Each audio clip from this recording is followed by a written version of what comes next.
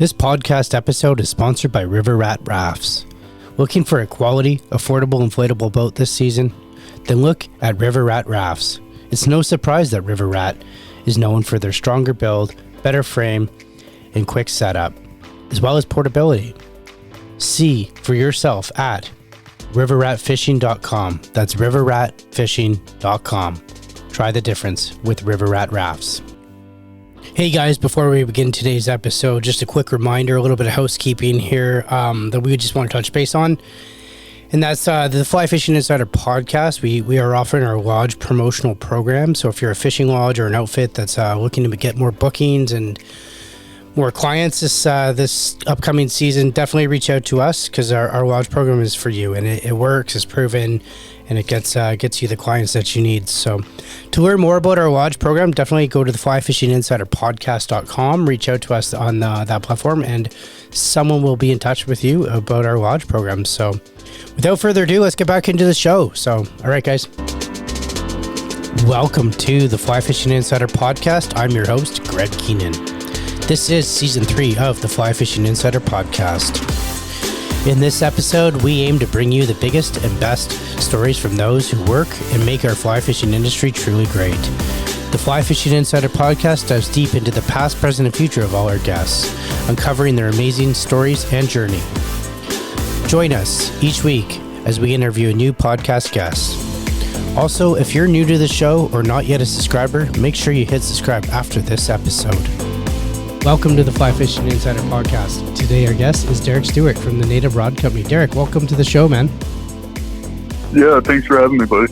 Yeah, super excited you're here. You guys got a lot going on, and I'm really excited to share your story with the audience here today and the listeners. So before I do that, I always ask people, and I'm going to keep the model the same here. So tell me how you got into fly fishing. When did you find your passion and your moment in fly fishing?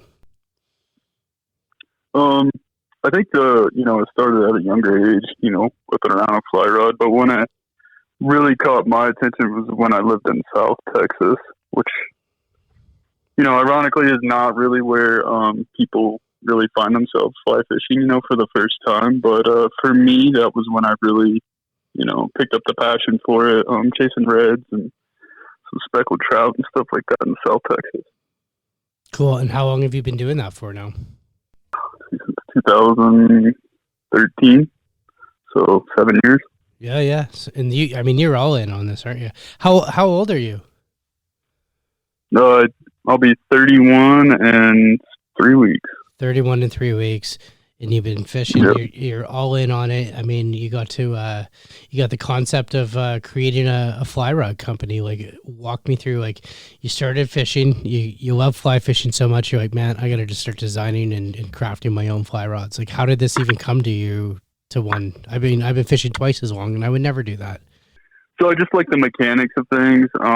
Essentially, I started off as a welder. I went to a welding school and worked in aerospace, the GE Aviation, and Rolls-Royce, and Pratt & Whitney, and did all these things and worked my way up into engineering. And basically the mechanics of things, whether it's from an archery aspect, but fishing, just rods in general, it really, I guess, it grabbed my interest, and I built a fly rod, and that would have been in 2014. And basically, that's what fueled the fire. I don't think there was really anything in particular that gained my interest. It was just you look at the concept of tying flies, and I think that's really where it started. Okay, so it went from fishing to fly tying to rod building to creating a rod company. That's actually, you guys are doing well, and you got some sleek looking rods, which we're going to get into in a bit. But is that essentially the path or the journey that you took? Yeah. So basically, how it all started, man, is I was in Colorado, and I bought a couple fly rods to build. I learned how to build a fly rod then, and you're just being on the river, whether it was up at Deckers or 11 Mile Canyon or wherever I was at. People, you're kind of combat fishing at certain times of the year in those places, so people they would see them and say, "Oh, that's a really, really nice rod," and I would just, tell them that, I make them, and if you're interested, let me know. I'll build you one. And that's basically how it all started. And then 2015, which would have been about a year and a half later, I started a nonprofit company called Stutana Rod Company, and we just built fly rods. We sold them. We donated the profits back to like Project Healing Waters, whether it was to, build rods for combat vets and things of that sort. And that's really where I gained a lot of my experience building rods. And that's awesome. Do you have a military background at all, or is it just you just decided to choose to do this? No, I just have I have a lot of family and stuff that was in the military, and guys on the water. Yeah. Just outdoors in general. Whether it's hunting, fishing, camping, hiking, being outdoors, I've seen what it can help those guys get through, and I think that was just kind of my entryway to help those men and women. Man, that's awesome of you. So, are you still donating rods to those organizations now through the new rod company, or are you still doing it through the old rod company? Like, walk me through what's going on with that. Yeah, so basically, I think in the future, that's definitely something that we're gonna capitalize on, and essentially giving back to. We loved working with Project Healing Waters. There's chapters all over the country. One of the main chapters that I worked with was a guy named Rob, fly fishing vet out of Oregon. We did a lot of stuff there. Yeah, so I think in the future, it definitely holds a spot for us to be, but no, not currently. We're not. We're just basically we're the position that we're in right now. We're such a smaller company and trying to gain exposure and things of that sort to where we're coming out with a new series this spring. The Apex series will be more designed for, dry fly fishing. And we got a glass series that's going to come out in late summer. So basically we're trying to gain our profits and put that into, I guess, our R&D for these next rod series. Yeah. Cool. So just to get back to it, like, what was the reception like when you handed a vet a rod that you made? Like, what was that moment for you like? I mean, I guess I've had a lot of people ask me this question. There's one particular moment where I remember it was in Missoula, Montana, and I went to the hospital, and he was an old Vietnam vet, just super healthy. He took care of his wife every day. I believe she had a medical condition, whether it was Alzheimer's or dementia or something. And I mean, this guy looked like he was 30 years old, but obviously he wasn't. He just was super passionate about being fit, the outdoors, and fly fishing. And he had told a person that I knew that his fly rod broke, whatever, so they contacted me, and I brought him a fly rod, surprised him with a fly rod. He had just had an operation. And I'd never seen a man like that, It was like a kid on Christmas that got exactly what he wanted. He was just super appreciative. And from my aspect, seeing a guy that had been through so much stuff and still just grinding each and every day, his appreciation was, it wasn't about an exposure thing. It wasn't about a pat on the back for the company. It was truly about helping those guys out. And, it was it was a very meaningful moment. Yeah, that's humanity, right? That's it right there. That's the compassion. That's what it's about. Like you mentioned, it wasn't about exposure, and it's not in that moment. It's exactly the heartfelt, genuine, emotions that we create. So that's so awesome, and I'm happy that you get to experience that. It's something that I haven't experienced. So good on you for sure. So here we are. Let's shift focus to what you're doing now. So you started this company called Native Rod Company, and you guys are based out of Montana. You got the rod company going on. Walk me through. I'm just trying to picture, you got so much going on with this really, it's a really cool little brand and business. What made you create this and take it to this level that you're at? Because I'm super impressed with where you guys are going with this. So with Stutana, basically what happened, Stutana I had for about 2 years, and I had built probably 250, 300 rods over the course of that time, and I really got to see a lot of the other people in the industry, the other companies, and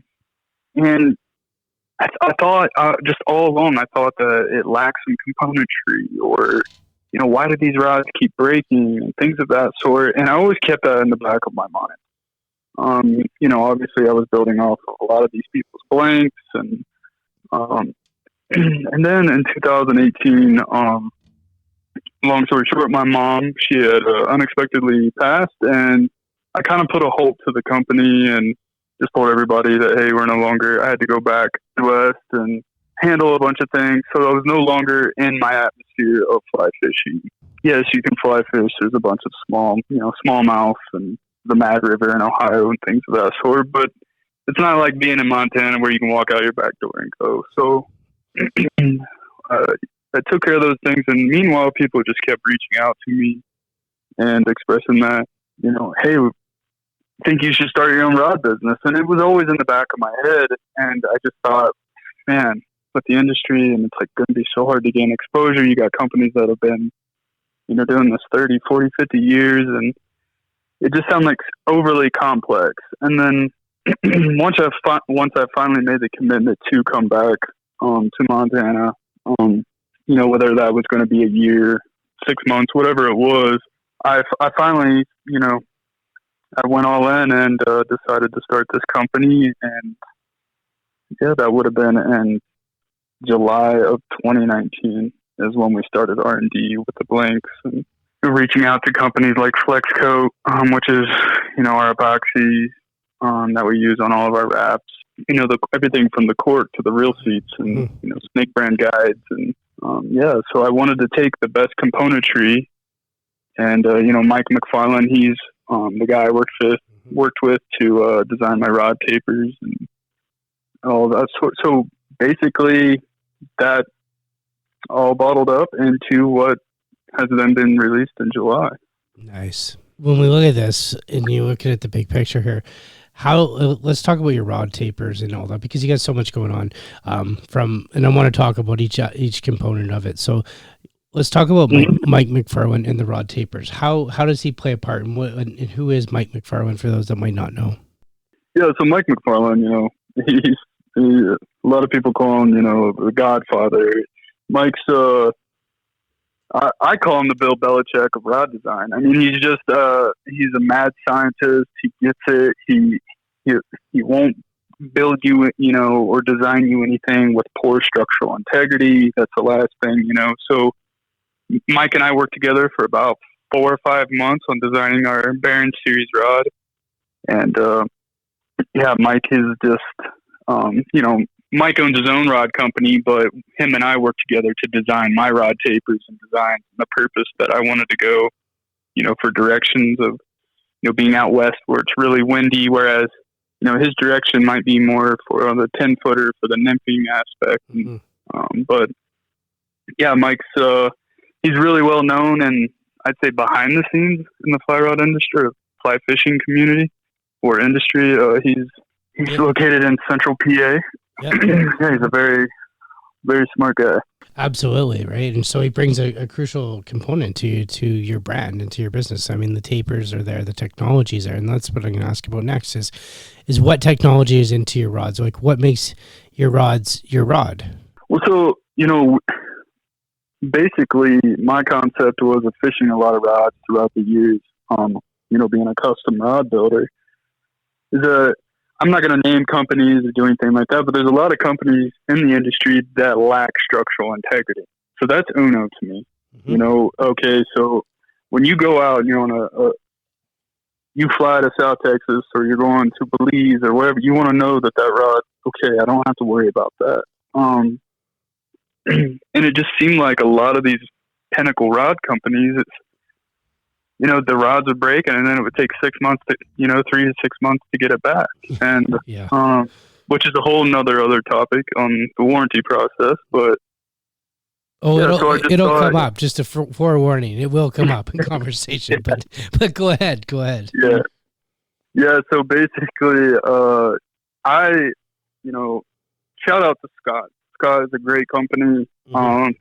They kind of funded my backbone of my design, and from the structural integrity aspect, the radial unsanded graphite, no BS. It's, got great resins, the taper designs. So I wanted to, that was what I knew worked the best.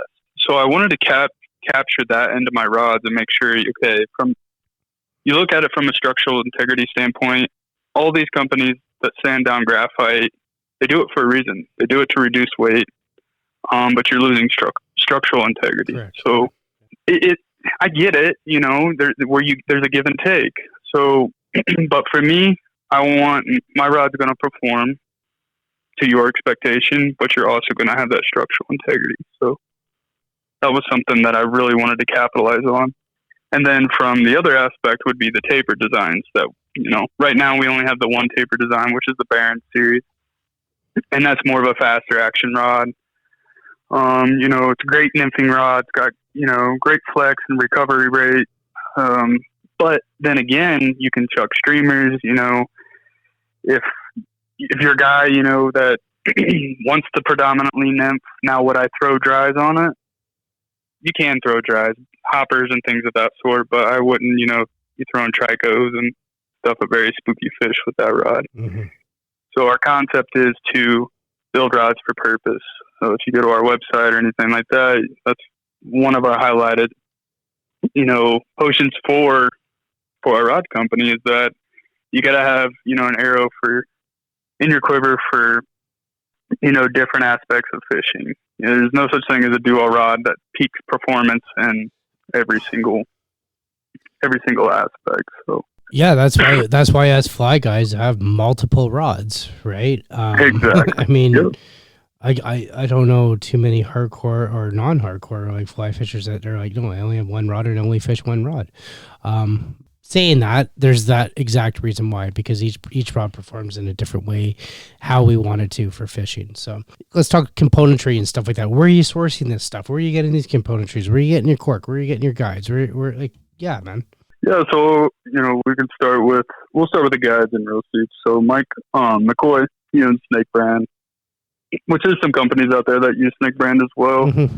If you're not familiar with Snake Brand, I use an eco guide. Essentially, it's if anyone's familiar with skiing or snowboarding, they use it's basically a chemical that they put on the material to create static electricity, and it reduces friction between the board and the snow. So McCoy used the same technology and kind of implemented that into his guides so that it makes your cast more efficient. I'm not telling you you're going to cast 60 feet farther, but I'm just telling you that every little intricate thing that adds up ultimately turns into, a better performing product. So that was the first thing that we started with, was the guides. The next thing would be we use a natural Buckeye wood burl reel seat for our Baron series. Our cork, it's all premium Portugal cork. Yeah, and then, one of the things that I like to highlight is that we use Flex Coat. I've used a lot of different epoxies for thread. The Flex Coat is, for one, it's UV resistant, and I can tell you that I lived in South Texas for a while, so it doesn't, yellow, doesn't crack, doesn't harden, and that's a big thing when you're, especially where your ferrules meet. You want durability, but you also still want to have some flex there. You don't want a flat spot in your rod because that's where your ferrules tend to crack. So that was, that's a big thing that I stand behind. Obviously Snake Brand and Flex Coat, they're both great, great components to have into a fly rod, if not the best components to have in fly rod. Now let's talk R&D, man. So you got the best components that you can get. You got your technology that you've put into it. You've got your designer who's doing the tapers. Now you got a rod going on here, and you're going to go test it. What's your R&D process like? Well, we had, guys from all over the country fishing our 6 and 7 weights. You know, actually all of our rods, 5 through 8 weight. But those were the ones that I really wanted to focus on was our 5, 6, 7, 8 weights. Because I feel like they're the most, those are the ones that people tend to use the most. And so I sent them out to guys in Montana, Wyoming, Colorado, Oregon, Michigan, South Texas, Florida. So basically on Washington, we had guys all over the country, helping me with R&D. Things like basically changing tapers. Like, hey, you know what? The first one that we came out with, it seemed like it was a little too stiff in the tip, and that's the last thing you want because when you're retrieving fish, we all know what happens when that tip is too stiff. So, and we did that for about 9 months. And basically we kind of come up with the pinnacle rod for the launch of Native. So you tested it, you sent it out there, you took their feedback, you redeveloped it. How many times did you redevelop the rods? 4 times. 4 times. So 4 times to get it to production stage. And then from there, you get it in production stage. Now you're getting the product out there. Walk me through your process. How are you getting this stuff out there? Besides hitting up great podcasts like myself, how are you guys selling this stuff? How are you guys getting it out there? Well, basically, we wanted to, so my day job, I'm a civil engineer, and I wanted to take a more organic approach and just use, shows and social media, but COVID hit. When COVID hit... Oh, did it ever? It obviously took it... Yeah, so we're basically, a direct-to-consumer company. We're not, in rod shops or fly shops or anything like that. But we wanted to walk, crawl, walk, run. And I think right now we're more in that walk stage to where we, but there is no real marketing aspect. I'm not out here to, BS people. It's a great product, and we obviously stand behind that. But I think getting exposure out there is in this day and age right now, especially with COVID, not being able to go to shows. There's a show every month in Montana. I haven't been able to go. There hasn't been one. The Wasatch, Colorado. And we got Oregon, Washington, Idaho. They're all done. I think, yeah, like right now, they're just, and who knows what's going to happen in 21. I mean, so that's why I asked the question, because you've got a lot invested in this, and you've got a great product that is competitive to what's already out there, right? It's, I'm saying that. And when you have something that's competitive and you have my passion, that I want to see a guy like you who's put everything into this and grow our industry and get another rod company. So it's another choice for somebody. How, you got challenges ahead of you without having those shows and whatnot. And, you say you're trying to grow this organically and stuff, and that's fantastic, because that's how things do grow, and they morph in a really positive way, or growing organically. So yeah, I mean, I'm just thinking out loud, and I can't think for you, but I mean, you guys are, you're stumbled. You got an uphill battle on that because of COVID taking away those consumer shows. So what are your thoughts? Yeah. And we got guys like Ken Tanaka, some other guys that produce a lot of great content. But right now that's really the best exposure that we're getting, as to where I can give a guy a rod and he makes a post. Well, after 48, 72 hours, 9 times out of 10, people don't see that post. But if you make a video, and it's on YouTube and things of that sort, that video just keeps going and going and going. And that's really was my perception was to gain more guys like that, to where, we can gain some exposure. And there's some other things that we're trying to implement right now with having some demo rods, like where if guys want to pay me, $40, I'll ship them a rod. They can demo it for 2 weeks. Obviously they would have to ship it back. These are things that I'm trying to figure out, with COVID the way that it is. We're trying to figure it out. Because I mean, even if you go into a fly rod shop, it's just obviously our rods aren't in a rod shop, so that's another thing. But I feel like direct to consumer at some point is the future of business. So that's why I wanted to capitalize on that. Doesn't mean I don't support fly rods or fly shops. It's just that, shops don't make a living on rods. It helps them out, but I feel like that with COVID, it's just like the whole world is changing, and trying to evolve to that. I think that's something that we're all trying to figure out. The fly fishing industry has definitely readapted due to COVID. Readapted its sales tactics, its marketing tactics, its product delivery, its product creation. A lot was born out of COVID.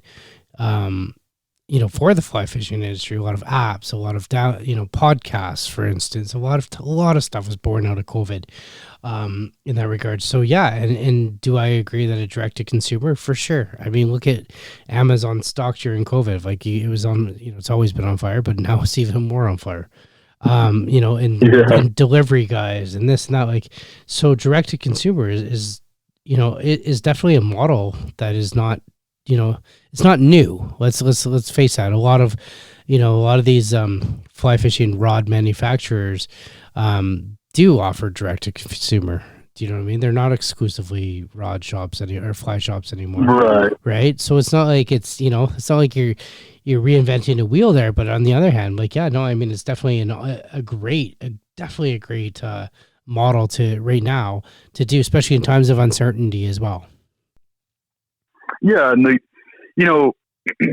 essentially you're getting a $900 rod for $579.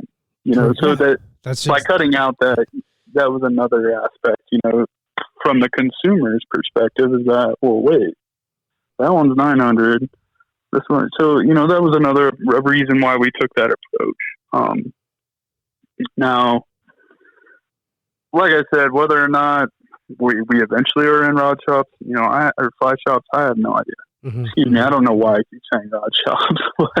Because I said it. But no, it's funny, and the reason why I ask is we're having this conversation. It's just you guys are, as new as you are, but you're not like new, and you guys you're taking off, and I could see some good momentum going behind this company in this brand, right? And it's really cool because it's like, an early interview, and let's fast forward like 5-10 years from now, like, you're gonna look back and be like, oh man, remember when I was trying to get into rod shops, right? It's just funny because like, you guys are you're onto something is what I'm trying to say in a nice way. And I think you guys are there for sure. Yeah, it's like I said, I think crawling, walking, and then when we're able to run, like right now I'm redoing the whole shop. We just relocated, in the same area, but I just moved to a new house and redoing the whole shop. And exposure in this day and age is definitely it's a big thing. I'm in a mecca. I'm in Montana. You got big name companies here, so it's. But I tell you what, man, it's been a blessing this whole year. Just every time I turn around, we're getting another rod out the door, and hopefully we'll be on another podcast in 10 years from now. Yeah, for sure you will. You guys will be sought after. Let's talk about the rods. Let's talk about your lineup of rods. Like, what's in your lineup? Let's talk about, and let's paint a picture here as well. Like, I know you guys offer some really nice rod tubes. I mean, I'm the consumer. Like, what are my choices? What comes in with a rod? What is available for me? So right now, basically, we just had a standard 9-foot, 5 through 8 weight. We have an Apex series, and this goes back to COVID again. So I had 3 rod series ready, okay, which we still do have ready. But with the way that COVID hit, and everything happened, I didn't want to, pay for 20 of this and 20 of this series and 20 of that series. I was like, okay, let's take a step back. Let's see where this is going to go before we just invest all of my money into the business. And I think that was a very smart approach. So when we did do that, the Barron series, especially here in Montana, a lot of the locals, they love it because it is a faster action rod, which we need when we're punching line through wind, whether you're on the Missouri or Ennis or down on the big hole, or, it's definitely very favored here, but you got to keep in the back of your mind that we're not just, this isn't a company for just Montana. Obviously, geographically, this is for, whether it's Texas, Michigan, Wyoming, Utah, BC, wherever. So we wanted to implement these rods more at a staggering rate. Like, okay, get people pumped up for the new medium action rod or our glass series rod. So in late this winter, we'll be launching our medium action rod, which will be more designed for your dry fly aspect. And then we're got a glass rod that will be releasing late spring, mid or to early summer. And basic, like I said, our 3 and 4 weight in the Apex series, which is the medium action rod.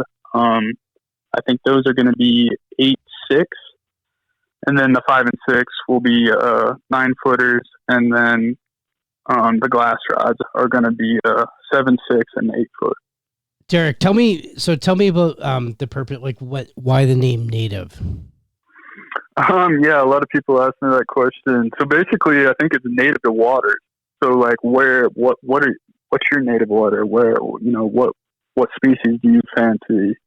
Things of that sort. Not necessarily, other aspects that people might think of, but yeah, that was basically my concept behind that. And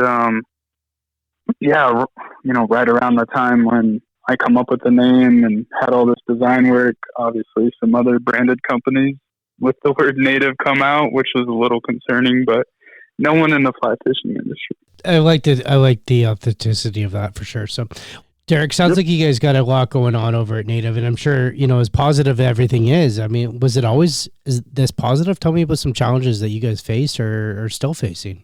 Yeah, being a rod manufacturer, you're constantly getting emails or, the mail in general, people asking about, what about a 10-footer or 10.5 or an 8.6? As we continue to grow and progress, we want to be able to, have a rod for everyone, whatever your purpose is for any type of fly fishing, saltwater. A lot of guys like a 9-footer when they're saltwater fishing, but if you're wading in the flats, then maybe you want a 10-footer to keep that line up off, keep your loop off the water. So these are all things I think in the future that we're definitely going to touch and make sure that we capitalize on. But the most important thing to know is that, I feel like these rods they're pinnacles. They're definitely up there. And, as we gain, more sales, more exposure, and more, I guess, credibility, I think that there's going to be a lot in the future, spay rods, all kinds of stuff. So, it's funny that you mentioned spay rods, because I was going to lead into that, and here's where I'm going to go with this. A lot of rods now are going like species specific, like a permit rod or a spay rod. What else is there? A Euro nymphing rod. There's a great example, right? Of a species, of a style or species specific. Is that a direction that you see this brand going? Yeah, I do. Like I said, our rods are built for a purpose. Now, if we want to take that up a notch, then that's going to take you into more of a species rod. So, what things can we capitalize on, and what, componentry, everything, obviously if you're fishing in salt, or, if guys like to pike fish, I got a lot of... Yeah, that's a great species specific rod. You know what I mean? For muskie pike. Yeah. Exactly. Yep. So, those are things that we're definitely going to capitalize on. But right now, I felt, starting off small, capitalizing on, more of the trout, things of that sort. Our eight weights are designed in componentry, safe for saltwater. We did have a lot of guys fishing reds and things of that sort with, even some pike as well on the 8 weights. So that's something, to narrow the scope down and, get that in my crosshairs is definitely going to be something in the future that we focus on. Do you think that's a trend, or do you think it's here to stay, species specific rods? Well, here's the thing. Yeah, I think that, trends come and go. That's obviously why we call it a trend. But do I think it'll sustain? I think it will. And the reason why is because if you didn't, you'd be taking a step backwards. Now, there's going to be guys out there that's like, oh, well, I can take my 7-weight and I can go, smallmouth fishing in Michigan or, yeah. Or then you can still come out west and do that. But when you start getting into things like we said, muskie, or those are things that it's gonna have to sustain. I feel like. I agree. I mean, especially when that's a species specific, and I mean, like, switch rods and stuff like that. People are like, are they here to stay, or micro spay or something like, it's 100% here to stay. I mean, everyone's manufacturing them. They're putting them in the lineups. It's definitely there. And muskie. You look at muskie, and you look at that species and the amount of traction that species is generating these days is quite a bit. It's quite large. And in my environment, I fish a lot of still waters, and the 10-foot rod is the desired still water indicator rod, right? And a lot of brands are just pushing that 10-foot rod, 10-foot 5, anywhere between 4 to 6, 10-foot. Up in our neck of the woods is doing well. If you have a rod that size or in those weights, it's a home run. So yeah, I mean, I think it's here for sure. So what I wanted to ask you next is I basically want to ask you this is, where do you see yourself 5 years from now? 5 years from now, I think that this is kind of my entry into the industry, and I don't really have expectations for the company. I have expectations for myself and, how I progress, and more on the, I guess, from a design standpoint, being able to fish more waters and, go to places like Belize or New Zealand, or, I think that being in the industry and being the backbone of this company, and yes, I can build, rods for trout all day long, but getting that exposure and being out there in the real world and fishing all these different species, that's where I'm going to be able to capitalize on certain things. And that's kind of my future goal, is to, be able to do, obviously, who wouldn't want to travel the world and be able to do that full time for, a living. But setting that aside, that's basically my goal, is, from a rod designer, and then going into actually rolling and designing my tapers. And, that would be, not that I don't enjoy working with, McFarlane, and I just think that I want to understand that. I want to be educated. I want to, be do everything within the rod company. Everything from my reel seats, maybe not my guides, but basically, everything's American made. Everything's kept here in my company, and we design and build everything. I think that would be essential, and it's a great opportunity with the company.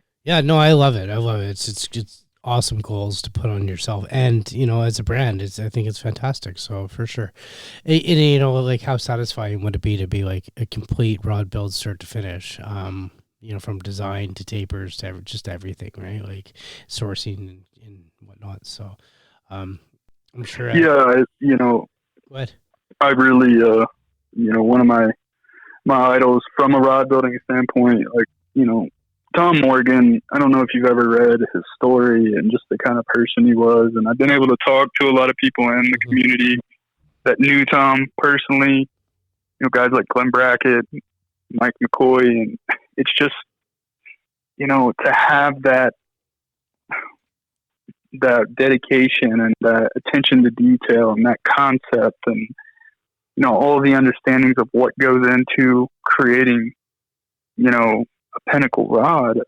And it doesn't mean that I'm an elitist and I want to be, the top of the top. No, it's not. Like, when I sell you a product, I want you to know undoubtedly that you're getting the best product that you could potentially have. And I don't see any problem with that.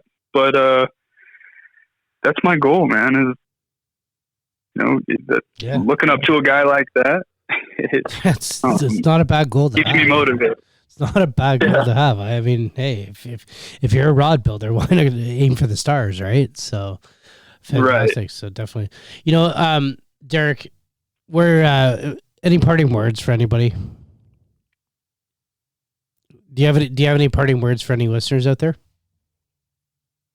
No, not really. I mean, I know that it's super hard right now to get these rods in your hands, and we're trying to come up with a way to, if anybody is interested, just, I think, feel free to send us an email, or you can contact me. I think my phone number, everything's listed on our website, and yeah, we'll work something out, to where, like I said, the demos and the shows, they're just not happening right now. So I think until, everybody in the mind's got January 1st of 2021, it's going to go back to normal, but I don't think that that's going to be the case, unfortunately. So, but yeah, that's really about it, Greg.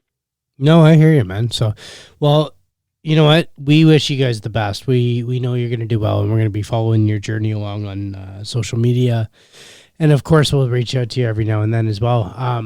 But you know what? How can listeners reach out to you? Where can listeners find you guys at if they wanted to order a rod, ask you a rod question, and all the above? Yeah, so you can find us at Native Rod Co. on Instagram. Email is Dereck@nativerodco.com. Yeah, and feel free to send me an email, message, questions with anything. Be more than willing to help anyone out.